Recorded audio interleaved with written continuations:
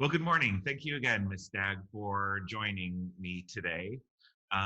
With me today is Helen Stagg, CEO of Change Happens, a community organization here in Houston.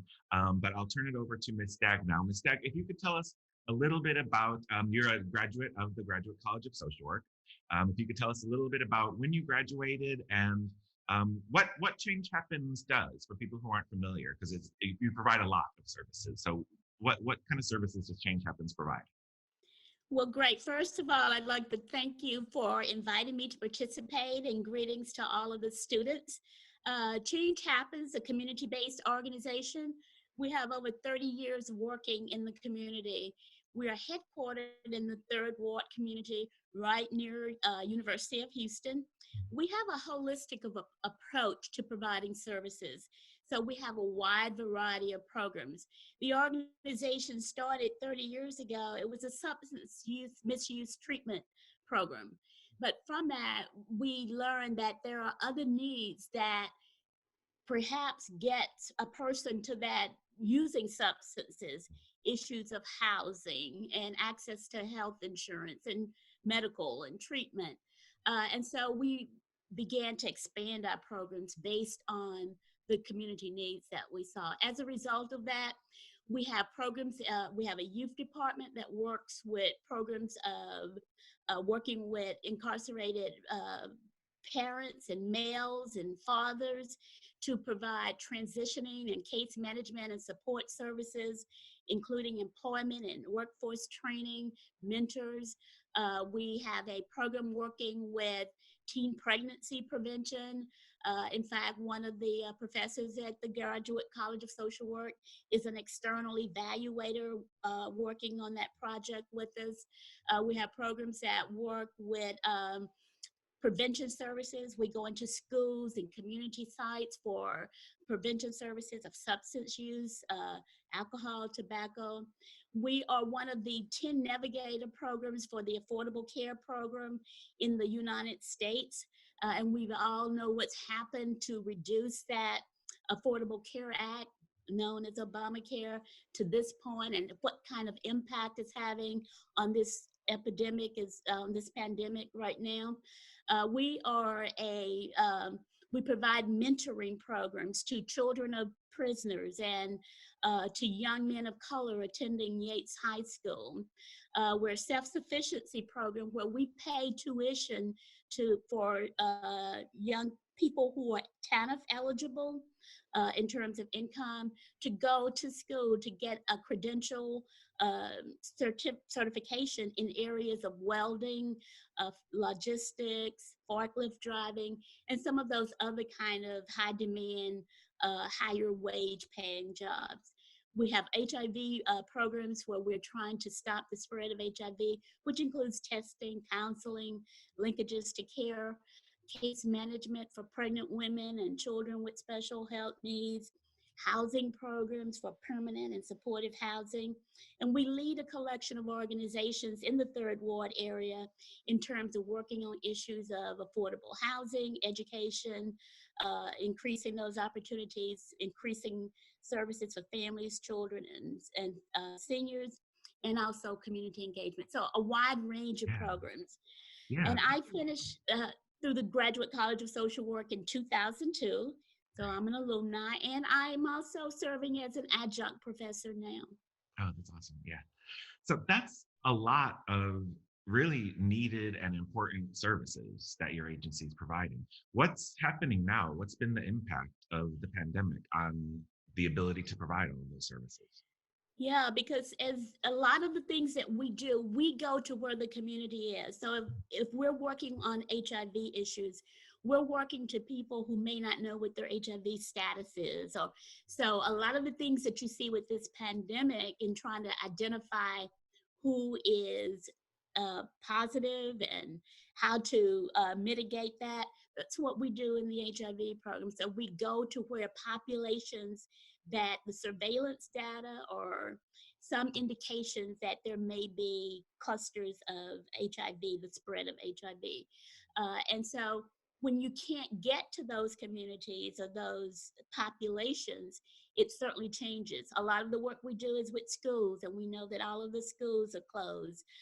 So our populations that we work with, we can't get to them. So we've had to make adjustments. Now, while we had a disaster plan in place that tracked us to inform us of how we're going to respond to a disaster, we did not have a plan in place for infectious diseases that would last the length of time with this amount of uncertainty, and that would really shut everything down. So we had to really get into a rapid mode of making adjustments to that. Mm-hmm. And what we've done as a result, our offices are closed, so we're working remotely. We have 61 staff, and everybody's working remotely. And so what we're doing is working with our partnerships, like working with our schools to try and engage and be involved in some of the virtual activities that they're doing. So partnering with them to bring our same program activities, but bring it into a virtual classroom that they're having. We're trying to do that with all of our programs. Like with our substance use programs, we contract with providers who provide substance use treatment. So they're offering more telehealth medicine and counseling via virtual counseling sessions. So we're converting a lot of the activities that we do in our one-to-one, face-to-face to those kinds of activities.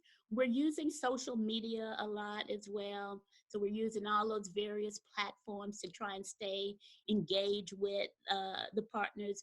We're doing some kinds of things that like having virtual parties with program participants. So we have a group of school children who are in a program.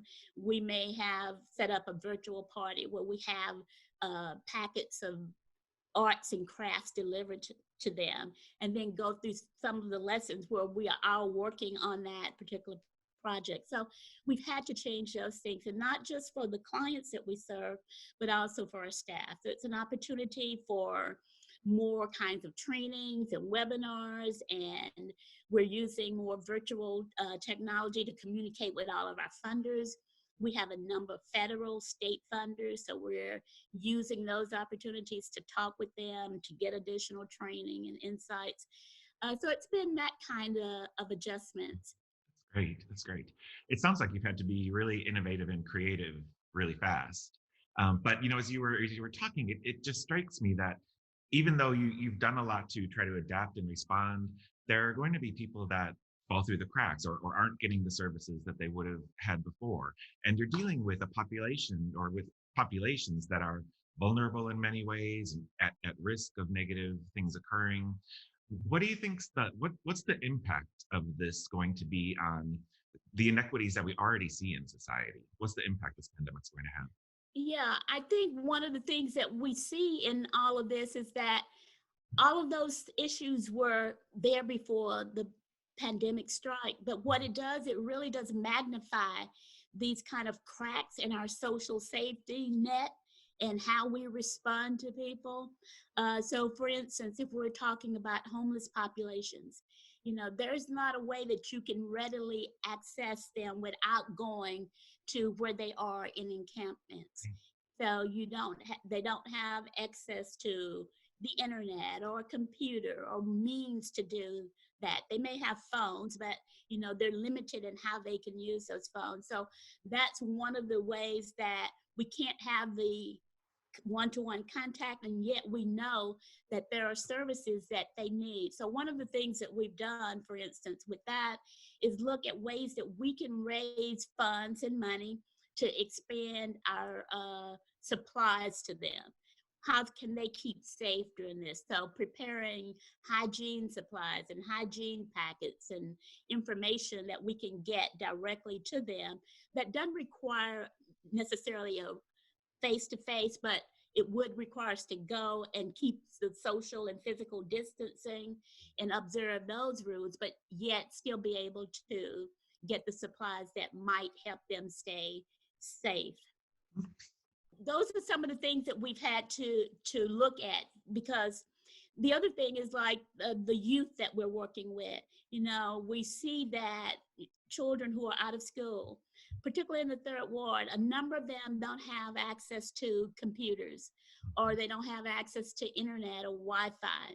So if the school is closing and they're using that kind of technology to teach lessons, then they're going to fall further behind. And so that we tried to respond to by also raising funds to be able to help Blackshear Elementary students and Yates High School, both right there in the third ward, to help purchase and buy laptop computers and also support access to the internet and Wi-Fi. So we're trying to look at what's going on within the communities that we serve, and then find ways to help support in those areas so that people don't fall further into the cracks and suffer more negative consequences. Right. I just keep thinking, your agency works with Change Happens works with such a vulnerable population. And if you talk about people who are incarcerated, the homeless population, people that don't have access to the internet, access to technology, I keep trying to think of what we can do differently as a society so that the next time we experience something like this, those really vulnerable populations aren't the ones that are so severely impacted. If we could think about like expanding our moral imagination, what Mhm. what are things that you'd like to see us doing differently in society so that the challenges we face, like homelessness, mass incarceration, substance use, all of those things aren't are there ways we can respond to those differently so we don't see these really harmful impacts when we go through a crisis like this? Yeah, I think so. And like I was saying before, I think all of those all of those things existed before this, and now we see that how it's impacting this disease as well. So when we look across the country and see the people who are disproportionately affected by it, no matter if you're in New York or Michigan or Louisiana, even here in Houston, where 52% of the people who are most affected and die from it are African Americans. So we have those kind of questions that you might ask in every situation, a crisis. Why is it that the poorest people are the people who surface the have the worst consequences or the worst outcomes? So I think that's a basic question that we could begin to look at as a community to figure out then why is it that the poverty and the poorest people suffer more disproportionately than anyone else. And then that helps to drive us on activities and implement interventions and things that we can work together on. We hear it said a lot that we're all in this together. So I think not just are we all in the uncertainty of the moment that we're in, but we're all in it together in terms of how we're going to proceed as we come out of it. And so I think working together is going to be one of those things, working on that basic issue about why it is that the poorest of us suffer the worst consequences. And that's all of us. One of the things that Change Happens is going to be using our imagination and ideas is to try to look at that basic question and then pull the pieces together to work on issues of advocacy and implementation and interventions that can help in areas so that people don't suffer disproportionately as we see now. Yeah, I really think it's going to take all of us working together, like you said, and particularly on the advocacy piece, because it keeps coming down to um, the fact that we as a society seems like we've just gotten complacent with having so many people live in really dire poverty, and Mm-hmm. we just have to do more to address that. So how could we help? If you're speaking to the broader social work community, what can we do to help change happens in the people that you're serving? Well, right now we're raising funds in 3 areas, and we're going to need some volunteers as soon as we begin to do some of that. One of the areas is trying to provide additional food for young people who are out of school. We're working with Blackshear Elementary. You know, almost 95% of the population at Blackshear is on free or reduced lunch. they were already had such a need for food. They had already implemented a buddies kind of program so that they could send kids home over the weekend with food uh, until they returned to school because they depended so much on getting food. So we're working with them to help families get additional access to food during the school closures because they're missing breakfast and lunch through schools. We're also working to provide food to seniors in the area, people over 65 who are disabled and who are seniors. We're working on getting computers for 150 students at Blacksher and at Yates High School, and the internet access as well, and then the hygiene supplies. So when and we've just began those efforts in the last 3 weeks. So as we raise funds for that, we'll be putting opportunities in place for volunteers to assist with the distribution, the packaging, things that we might need to do, all practice safely, but people might be able to help. We have appeal letters and opportunities for donations. We also post volunteer activities on our website because we try to coordinate with other organizations all over.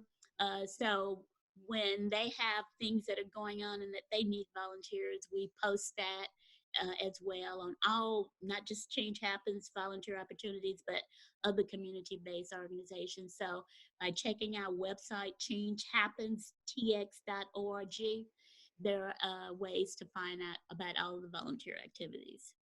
Wonderful. So if people are able and want to help, it's changehappenstx.org. That's right. Okay.